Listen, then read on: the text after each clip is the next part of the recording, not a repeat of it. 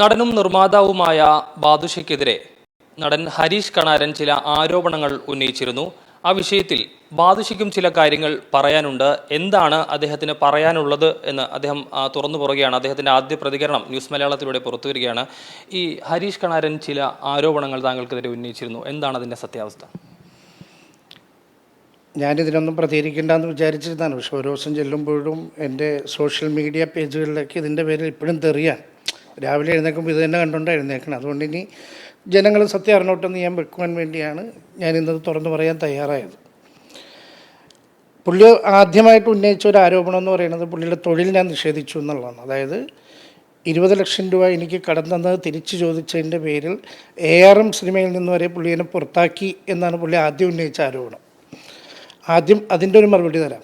ARM cinema എന്ന് പറയുന്നത് ഒരു വലിയ സിനിമയായിരുന്നു. അപ്പോൾ അതിനകത്ത് ഒരുപാടുപ്പെട്ട ആർട്ടിസ്റ്റുകളെല്ലാം അഭിനയിച്ചിട്ടുണ്ട്. ഇപ്പോൾ സുരഭി, ജഗദീഷ് ഏട്ടൻ, ഇന്ദ്രൻ സേട്ടൻ, ഇവരെല്ലാം ആ പടത്തിൽ അഭിനയിച്ചിട്ടുണ്ട്. ആ കൂട്ടത്തിൽ ഹരീഷ് കണാരനെയും വിളിക്കുന്നത് ഞാനാണ്. ആ സിനിമയ്ക്ക് ഏകദേശം 50 ദിവസത്തോളം ഡേറ്റ് ഹരീഷ് കണാരനോട് ചോദിക്കുകയും ആ സിനിമയുടെ ഒരു കാര്യം എന്ന് പറഞ്ഞാൽ പ്രൊഡ്യൂസർ, ഡയറക്ടർ, ഞാനും കൂടി ഇരുന്നിട്ട് എല്ലാ കാര്യങ്ങളും തീരുമാനിക്കണം. അപ്പോൾ ഓരോ ക്യാരക്ടറുകൾ ചെയ്യുന്നവർക്ക് നമുക്ക് ഇത്രയും ബഡ്ജറ്റ് ഇടാൻ പറ്റുള്ളൂ. കാര്യം ആ സിനിമയ്ക്ക് ഒരുപാട് പൈസ മുടക്കുള്ള പടമാണ്. ടെക്നിക്കൽ സൈഡിൽ ഒരുപാട് കാശ് മുടക്കണം. അതുകൊണ്ട് നമുക്ക് ഒരുപാട് പൈസ, വലിയ പൈസയൊന്നും കൂടി നമുക്ക് ആരെയും കൊണ്ടുവരണ്ട, നമുക്ക് ചെറിയ പൈസകളുള്ള ആർട്ടിസ്റ്റുകൾ മതി എന്നുള്ളൊരു തീരുമാനത്തിലാണ് ആ സിനിമ തുടങ്ങുന്നത് തന്നെ. അതിൻ്റെ അടിസ്ഥാനത്തിൽ ഞാനിവരെല്ലാ ആർട്ടിസ്റ്റുകളെയും വിളിക്കുകയും ആ ക്യാരക്ടർ കേട്ടപ്പോൾ എല്ലാവരും അത് സമ്മതിക്കുകയും അവർ സിനിമ വാങ്ങിച്ചുകൊണ്ടിരിക്കുന്ന അവരുടെ ശമ്പളത്തിൽ നിന്ന് വളരെ പൈസ കുറച്ചൊക്കെയാണ് എല്ലാവരും അതിനകത്ത് പ്രതിഫലം കൈപ്പറ്റിയിട്ടുള്ളത്.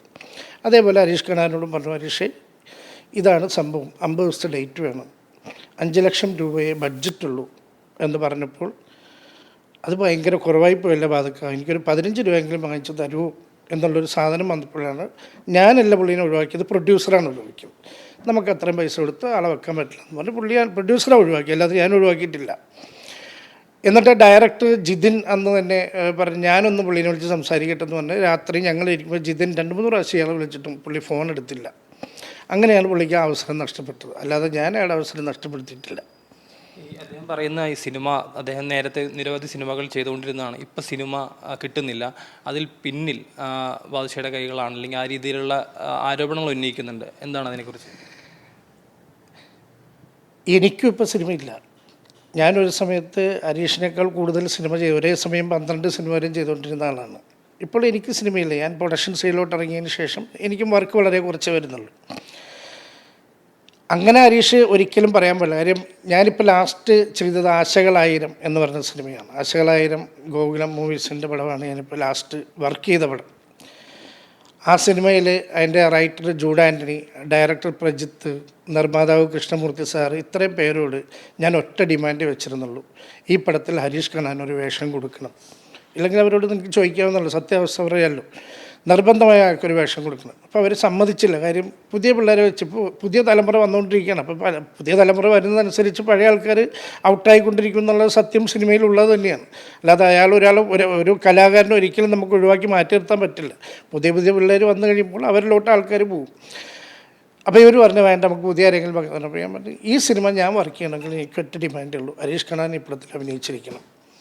അതിൻ്റെ അടിസ്ഥാനത്തിൽ ഹരീഷ് കണാരന് ഞാൻ 15 ദിവസത്തെ ഒരു ക്യാരക്ടർ അതിനകത്ത് വെക്കുകയും 15 ദിവസത്തെ ഡേറ്റ് അദ്ദേഹത്തിന് അയച്ചു കൊടുക്കുകയും ചെയ്തിരുന്നു. പക്ഷെ അദ്ദേഹത്തിൻ്റെ നിർഭാഗ്യവശാൽ ആദ്യം നമ്മൾ നിശ്ചയിച്ചിരുന്ന ഒരു സൂപ്പർ താരം ഉണ്ടായിരുന്നു, അദ്ദേഹം ഒരു ഗസ്റ്റ് അപ്പിയറൻസ് ചെയ്യുന്നത് അദ്ദേഹത്തിൻ്റെ കൂടെ വരുന്നൊരു ക്യാരക്ടറായിരുന്നു ഇദ്ദേഹത്തിൻ്റെ. അപ്പോൾ ആദ്യം നിശ്ചയിച്ചിരുന്ന ആൾക്ക് ആ പടത്തിൽ സഹകരിക്കാൻ പറ്റാതെ വരികയും രണ്ടാമതൊരു നടനെ കൊണ്ടുവന്നപ്പോൾ ഈ രണ്ടാമത് വന്ന നടൻ്റെ ഡേറ്റ് അനുസരിച്ച് അങ്ങോട്ട് ചാട്ട് മാറിയപ്പോൾ ഇദ്ദേഹം ഓസ്ട്രേലിയയിൽ പ്രോഗ്രാമിലായിപ്പോയി, സ്റ്റേജ് പ്രോഗ്രാമിന് പോയേക്കരുത്. എന്നിട്ട് എൻ്റെ കൂടെ വർക്ക് ചെയ്യുന്ന പിള്ളേർ ഓസ്ട്രേലിയയിൽ പുള്ളിനെ വിളിച്ചിട്ട് പറഞ്ഞു ഇങ്ങനൊരു സംഭവം ഉണ്ടല്ലോ, വരാൻ പറ്റുമെന്ന് ചോദിച്ചു. പറഞ്ഞു അതൊന്നും പറ്റില്ല, ഞാൻ വന്നിട്ടൊക്കെ എൻ്റെ സീൻ ഷൂട്ട് ചെയ്താൽ മതി എന്നുള്ള രീതിയാണ് അവരോട് സംസാരിച്ചത്. അല്ലാതെ ഞാൻ അയാളുടെ വർക്ക് നിശ്ചയിച്ചിട്ടുണ്ടെങ്കിൽ, അയാളുടെ അവസരങ്ങൾ നഷ്ടപ്പെടുത്തിയിട്ടുണ്ടെങ്കിൽ എനിക്ക് എന്തുകൊണ്ട് ഇങ്ങനെ ഈ സിനിമയിൽ അയാൾ വെക്കേണ്ട കാര്യം? മറ്റൊരു കാര്യം, ഈ 20 ലക്ഷത്തോളം രൂപ കടം വാങ്ങിയത് തിരികെ നൽകിയില്ല, പലതവണ ആവശ്യപ്പെട്ടിട്ടും അത് തിരികെ നൽകാൻ തയ്യാറായില്ല എന്നുള്ളതാണ് അദ്ദേഹം പറഞ്ഞ മറ്റൊരു പ്രധാനപ്പെട്ട ആരോപണം. എന്താണ് അതേക്കുറിച്ച്? 20 ലക്ഷം എന്നുള്ളത് പച്ചക്കള്ളമാണ്. അയാൾ ഒരു ആരോപണം ഉന്നയിക്കുമ്പോൾ നമുക്ക് ബാങ്ക് സ്റ്റേറ്റ്മെൻ്റ് ഉണ്ട്, അയാൾ അക്കൗണ്ട് വഴി പൈസ ഉണ്ടെന്നാണ് പറഞ്ഞേക്കുന്നത്. സ്റ്റേറ്റ്മെൻ്റ് ഒന്ന് എടുത്ത് നോക്കാം, എത്ര രൂപയൊക്കെ കൊടുത്തിട്ടുണ്ടെന്ന് നോക്കാം. ശരിയാണ്, ഞാൻ അയാളുടെ കയ്യിൽ നിന്ന് 20 ലക്ഷം രൂപ ചോദിച്ചായിരുന്നു, ഞാൻ തിരിച്ചു തന്നോളാം എന്നും പറഞ്ഞ് തന്നെയാണ് അദ്ദേഹത്തിൻ്റെ നിന്ന് ചോദിച്ചത്. ഞാൻ അദ്ദേഹത്തിന് വേണ്ടി 5 വർഷമായിട്ട് അദ്ദേഹത്തിൻ്റെ കൂടെ നിന്ന് ഞാൻ ജോലി ചെയ്യുവാണെന്ന് പുള്ളി പറഞ്ഞു. ഞാൻ വന്നതിന് ശേഷമാണ് പുള്ളിയുടെ ജീവിതത്തിൽ ഒരു അടുക്കും ചിട്ടയും വന്നെന്ന് പറഞ്ഞു. ഈ 5 വർഷം പണിയെടുത്തിട്ട് പുള്ളി എനിക്ക് എന്ത് തന്നിട്ടുണ്ടെന്ന് പുള്ളി ഒന്ന് പറയാൻ പറയും. മാത്രമല്ല പുള്ളി, ഞാൻ 20 ലക്ഷം പുള്ളിയോട് മാത്രമല്ല, ഞാൻ ആ സമയത്ത് ഒരുപാട് സിനിമ വർക്ക് ചെയ്യുന്നതാണ്. 3 നടന്മാരുടെ ഡേറ്റുകൾ ഞാൻ നോക്കുന്നുണ്ട്. അതിലൊന്ന് ഹരീഷുണ്ട്, മറ്റു 2 നടന്മാരുണ്ട്. ഇവർ 3 പേരുടെ നിന്ന് ഞാൻ പൈസ വാങ്ങിച്ചായിരുന്നു. ഞാനൊരു പ്രോപ്പർട്ടി വന്നപ്പോൾ അത് എടുക്കാൻ വേണ്ടി ഇവരോട് 3 പേരോട് ഞാൻ പൈസ ചോദിച്ചു. ആദ്യത്തെ ഒരു നടൻ എന്നോട് ആ പൈസ തന്നിട്ട് എന്നോട് പറഞ്ഞത്, ബാധക്ക അതെനിക്ക് തിരിച്ചു തരണ്ട, ബാധക്ക ഇത്രയും നാളായിട്ട് ഞങ്ങൾക്ക് വേണ്ടി പണിയെടുക്കണമല്ലോ, ഇത് ബാധക്ക വെച്ചോളൂ. മറ്റേ നടനും അതുപോലെ തന്നെ എന്നോട് പറഞ്ഞത്, എനിക്ക് തിരിച്ചു തരണ്ട, എന്തെങ്കിലും കാലത്ത് എനിക്കൊരു നിവൃത്തിയോട് വരികയാണെങ്കിൽ അന്ന് ബാധക്കടയിലുണ്ടെങ്കിൽ ഞാൻ ചോദിക്കുമ്പോൾ എനിക്ക് തന്നെ എന്താണ് മറ്റേ നടൻ പറഞ്ഞത്. ഇദ്ദേഹത്തിനോട് ഞാൻ 20 ലക്ഷം രൂപ ചോദിച്ചെങ്കിലും പല പ്രാവശ്യം ചോദിച്ചിട്ട് പുള്ളി അങ്ങനെ എനിക്ക് 10 ലക്ഷം രൂപയാണ് തന്നത്. ആ 10 ലക്ഷം രൂപ ഞാൻ പറഞ്ഞു, ഞാൻ തിരിച്ചു തന്നോളാട്ടാന്ന് ഞാൻ പുള്ളിയുടെ പറഞ്ഞിട്ടുണ്ടായിരുന്നു. പക്ഷേ ഒരു മാസം കൂടി കഴിഞ്ഞപ്പോൾ എനിക്ക് വീണ്ടും ഞാൻ ചോദിച്ചു, ഹരീഷ് എനിക്ക് ഒരു 4 ലക്ഷം രൂപ കൂടി തരുക, 2 ദിവസം കഴിഞ്ഞ് തിരിച്ചു തരാം എന്ന് പറഞ്ഞ് പുള്ളി എനിക്ക് 4 ലക്ഷം രൂപ കൂടി വീണ്ടും തരികയും ആ 2ാമത്തെ ദിവസം ഞാൻ അയാൾക്ക് കൃത്യമായി തിരിച്ചു കൊടുക്കുക. ഇതിനെല്ലാം എൻ്റെ കയ്യിൽ ബാങ്ക് സ്റ്റേറ്റ്മെൻറ്റും ഉണ്ട്, എല്ലാം കൃത്യമായ തെളിവുകൾ എൻ്റെ കയ്യിലുണ്ട്. അതിനുശേഷം അയാൾ 1-2 പ്രാവശ്യം ചോദിച്ചപ്പോൾ ഞാൻ 3 ലക്ഷം രൂപ കൂടി അയാളുടെ അക്കൗണ്ടിലോട്ട്, അയാളുടെ വൈഫിൻ്റെയും അയാളുടെ അക്കൗണ്ടിലോട്ട് ഞാൻ ഇട്ട് കൊടുത്തിട്ടുണ്ട്. ഞാൻ അയാൾക്ക് 7 ലക്ഷം രൂപയെ കൊടുക്കാനുള്ളൂ. ഈ 7 ലക്ഷം രൂപ കൊടുക്കാനുള്ള ഞാൻ ഇത്രയും കാലം ഇയാൾക്ക് പണിയെടുത്തതിന് ഇയാൾ എനിക്ക് എന്താ തന്നേക്കുന്നത്? ഞാൻ 5 വർഷം അയാൾക്ക് പണിയെടുത്തിട്ടുണ്ട്. ഒരു വർഷം ഒരു 10 ലക്ഷം രൂപ വെച്ച് തന്നാൽ തന്നെ എനിക്ക് അയാൾ 50 ലക്ഷം രൂപ തന്നെ, അല്ലെങ്കിൽ 7 രൂപ വെച്ച് ബാക്കി 43 ലക്ഷം രൂപ ഈ സോഷ്യൽ മീഡിയയിൽ കൂടി അതിനകത്ത് പറയുന്നവരെല്ലാം കൂടി അയാളിൽ നിന്ന് മേടിച്ചു തരട്ടെ. 20 ലക്ഷം രൂപ എന്നുള്ളത് ഇല്ല, പച്ചക്കള്ളമാണ്. 10 ലക്ഷം രൂപയാണ് എനിക്ക് തന്നിട്ടുള്ളൂ. ഈ 10 ലക്ഷം രൂപ തിരിച്ച് ചോദിച്ചിരുന്നു, അത് എങ്ങനെയാണ്? താങ്കൾ ബന്ധപ്പെടാൻ ശ്രമിച്ചിരുന്നു എന്ന് പറയുന്നതാണ് പലതവണ, പക്ഷേ അതിൽ താങ്കളിൽ നിന്ന് ഏതെങ്കിലും തരത്തിലുള്ള ഒരു റെസ്പോൺസ് കിട്ടിയില്ല എന്നുള്ളതായിരുന്നു ഹരീഷിൻ്റെ ഒരു ആരോപണം. അത് വെറും നുണയാണ്. കാര്യം പുള്ളി എന്ന് വിളിച്ചാലും ഞാൻ ഫോൺ എടുക്കും, പുള്ളി എന്ന് വിളിച്ചാലും കാര്യങ്ങൾ സംസാരിക്കും. ഇതിലെ പുള്ളി ഒരു സിനിമ നിർമ്മിച്ചു, അതിനകത്ത് തന്നെ അഭിനയിക്കാൻ വരെ വിളിച്ച് എനിക്ക് വേഷം വരെയും തന്നു, ഉല്ലാസപൂത്തിരികളെന്നു. ഈ ഇങ്ങനെ നിൽക്കുന്ന ഒരാൾ ഫോൺ എടുക്കുന്നില്ല എന്ന് പറഞ്ഞാൽ എങ്ങനെ ശരിയാകുന്നു? ഞാൻ അയാളോട് എന്നോട് റെസ്പോണ്ട് ചെയ്തില്ല എന്ന് പറയുന്നത് അർത്ഥമില്ല. അയാൾ ഒരു പ്രാവശ്യം എന്നോട് പൈസ ചോദിച്ചപ്പോൾ ഞാൻ പറഞ്ഞു, എൻ്റെ കയ്യിൽ ഇപ്പോൾ നിവൃത്തിയില്ല, ഞാൻ 2 പടം ചെയ്ത 2ഉം ലോസ് വന്ന് ഞാൻ മൊത്തം പ്രശ്നത്തിൽ നിൽക്കാൻ പക്ഷേ ഇപ്പം എൻ്റെ കയ്യിലില്ല, എന്തെങ്കിലും ആയിക്കഴിയുമ്പോൾ ഞാൻ തരാം. അപ്പം എന്നോട് പറഞ്ഞു, എനിക്ക് പൈസ ഒന്നും നിർബന്ധമില്ല, അതൊക്കെ എനിക്ക് ഏതെങ്കിലും പടത്തിലൊക്കെ വേഷം മേടിച്ചാന്നാണ് പുള്ളി എന്നോട് പറഞ്ഞത്. അതിൻ്റെ അടിസ്ഥാനത്തിലാണ് ഞാൻ ഈ ആശകളായാലും എനിക്കൊരു സിനിമ കിട്ടിയപ്പോൾ ഞാൻ അയാൾ ഉൾപ്പെടുത്താനേ അതിനകത്ത് നോക്കിയിട്ടുള്ളൂ, മാറ്റി നിർത്താൻ ഞാൻ ശ്രമിച്ചിട്ടില്ല. അയാൾ ആരും തെറ്റിദ്ധരിപ്പിച്ചേക്കുന്നതാണ്. പിന്നെ അയാൾ മാറ്റി നിർത്തപ്പെട്ടിട്ടുണ്ടെങ്കിൽ അയാളുടെ സ്വഭാവം കൊണ്ടാണ് അയാൾ സിനിമയിൽ നിന്ന് ഔട്ടായിരിക്കുന്നത്. എന്താണ് അങ്ങനെ പറയാൻ കാരണം? എന്താണ്?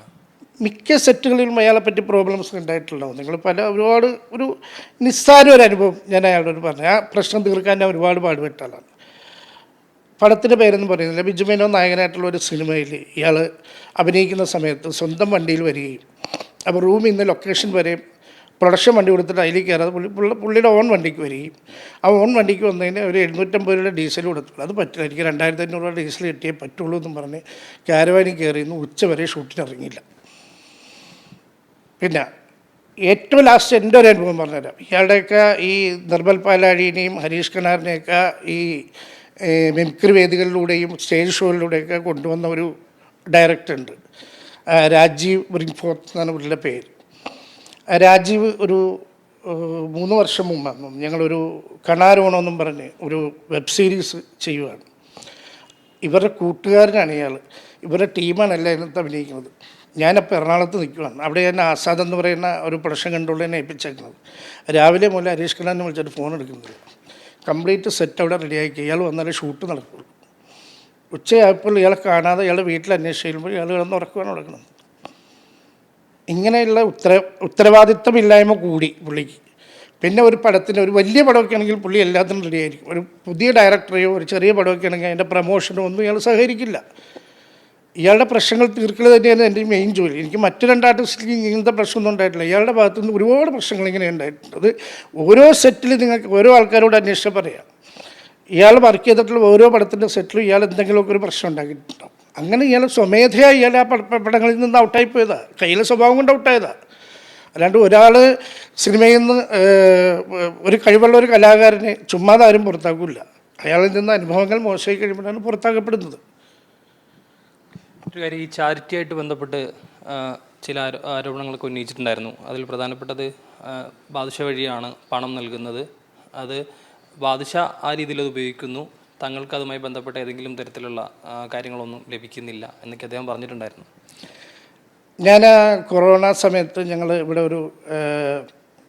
ഒരു പബ്ലിക് കിച്ചൺ ഉണ്ടാക്കിയിട്ട് ആ കൊറോണ സമയത്ത് ലോക്ക്ഡൗൺ സമയത്ത് ഇവിടെയുള്ള ആളുകൾക്കെല്ലാം ഭക്ഷണം കൊടുക്കുന്ന ഒരു പരിപാടി ഉണ്ടായിരുന്നു. അപ്പോൾ ആ സമയത്ത് ഒരുപാട് പേര് അതിൻ്റെ എല്ലാം ഫുൾ കണക്കുകൾ നമ്മുടെ കയ്യിൽ ഇപ്പോൾ ആരൊക്കെ പൈസ തന്നു, എന്തിനൊക്കെ ചിലവാക്കി. എൻ്റെ കയ്യിൽ നിന്ന് ഒരുപാട് പൈസ ചിലവായതാണ്. ആൻഡ്രോ ജോസഫിൻ്റെ നിന്ന് ഒരുപാട് ചിലവായതാണ്. ഞങ്ങളങ്ങനെ കുറേ പേരുടെ കയ്യിൽ നിന്ന് ഒരു 5-6 പേരുടെ കയ്യിൽ നിന്ന് ഒരുപാട് പൈസ ചിലവായിട്ടുണ്ട്. അപ്പോൾ പൈസ തികയാതെ വരുമ്പോൾ നമ്മൾ പല ആൾക്കാരെയും വിളിച്ച് ചോദിച്ചു. ആ കൂട്ടത്തിൽ പുള്ളിയുടെ കയ്യിൽ നിന്ന് വാങ്ങിച്ചിട്ടുണ്ട്. പക്ഷേ ആ പൈസ ഞാനിപ്പോൾ തിരിച്ചു കൊടുക്കാൻ തീരുമാനിച്ചു. കാര്യം അയാളുടെ കയ്യിൽ നിന്ന് വാങ്ങിച്ച് നമ്മൾ ചാരിറ്റി ചെയ്തിട്ടുണ്ടെങ്കിൽ അത് ആ പൈസ ഉപയോഗിച്ചവരാർക്കും അതിൻ്റെ ഫലം കിട്ടിയിട്ടുണ്ടാവില്ല. കാര്യം ഇത്ര പച്ചയായിട്ടുള്ള തുറന്നു പറഞ്ഞേക്കുമല്ലോ. അതുകൊണ്ട് ആ പൈസ ഞാൻ തിരിച്ചു കൊടുക്കും. ചാരിറ്റി പ്രവർത്തനങ്ങൾ തന്ന പൈസ ഹരീഷ് ഞാൻ തിരിച്ചു കൊടുക്കും. കാര്യം അയാളുടെ ആ തന്ന പൈസ വിളിച്ചു പറഞ്ഞേക്കുവാണ്. നമ്മളൊന്നും വിളിച്ചു പറയാൻ പോയിട്ടില്ല, എന്തിനാ ഉപയോഗിച്ചെന്ന് പറയാൻ പോയിട്ടില്ല. നമ്മൾ ഭക്ഷണം കൊടുത്തിട്ടുണ്ട്, പിള്ളേർക്ക് പഠിക്കാൻ വേണ്ടിയുള്ള ഉപകരണങ്ങൾ ആ സമയത്ത് ലോക്ക്ഡൗൺ സമയത്ത് ഉപകരണങ്ങൾ വാങ്ങിച്ചു കൊടുത്തിട്ടുണ്ട്, ഒരു കിടപ്പ് രോഗികളെ ചികിത്സിച്ചിട്ടുണ്ട്. അപ്പോൾ ഇയാളുടെ പൈസ കൊണ്ട് അത് അനുഭവിച്ചേക്കുന്നവർക്ക് അതിൻ്റെ ഫലം ഒരിക്കലും കിട്ടാത്തതുകൊണ്ട് ആ പൈസ നമ്മൾ തിരിച്ചു.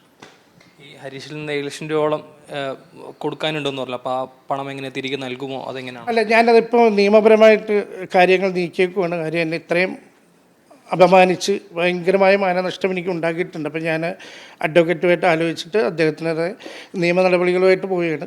അത് നിയമപരമായിട്ട് തന്നെ പുള്ളിയും വാങ്ങിച്ചെടുത്തിട്ടുണ്ട്. ഈ ആരോപണങ്ങളൊക്കെ ഉന്നയിച്ചതിന് ശേഷം ഹരീഷ് ഏതെങ്കിലും തരത്തിൽ ബന്ധപ്പെടാൻ ശ്രമിച്ചിട്ടുണ്ടായിരുന്നു? ഇല്ല, ഞാൻ പക്ഷേ ഇയാളുടെ ആദ്യത്തെ പ്രസ്താവന വന്ന ഉടനെ അന്ന് രാത്രി ഞാൻ ഹരീഷിനെ വിളിച്ചു, എടുത്തില്ല. സന്ധ്യേനെ വിളിച്ചു, വൈഫിനെ. എനിക്ക് ആ ഫാമിലിയായിട്ട് അത്ര അടുപ്പമുള്ള. സന്ധ്യ എടുത്തില്ല. നിർമ്മലിനെ ഞാൻ രാത്രി വിളിച്ചു, നിർമ്മൽ എടുത്തു. ഞാൻ ചോദിച്ചു എന്തിൻ്റെ കാര്യമുണ്ട്. കാര്യം അന്നത്തെ ഒരു അനുഭവം എന്ന് പറഞ്ഞാൽ എൻ്റെ ജീവിതത്തിൽ മറക്കാൻ പറ്റില്ല. എൻ്റെ മോൻ ഉറങ്ങാൻ പറ്റിയിട്ടില്ല. അവൻ ചെന്നൈയിൽ കോളേജിൽ പഠിക്കുകയാണ്.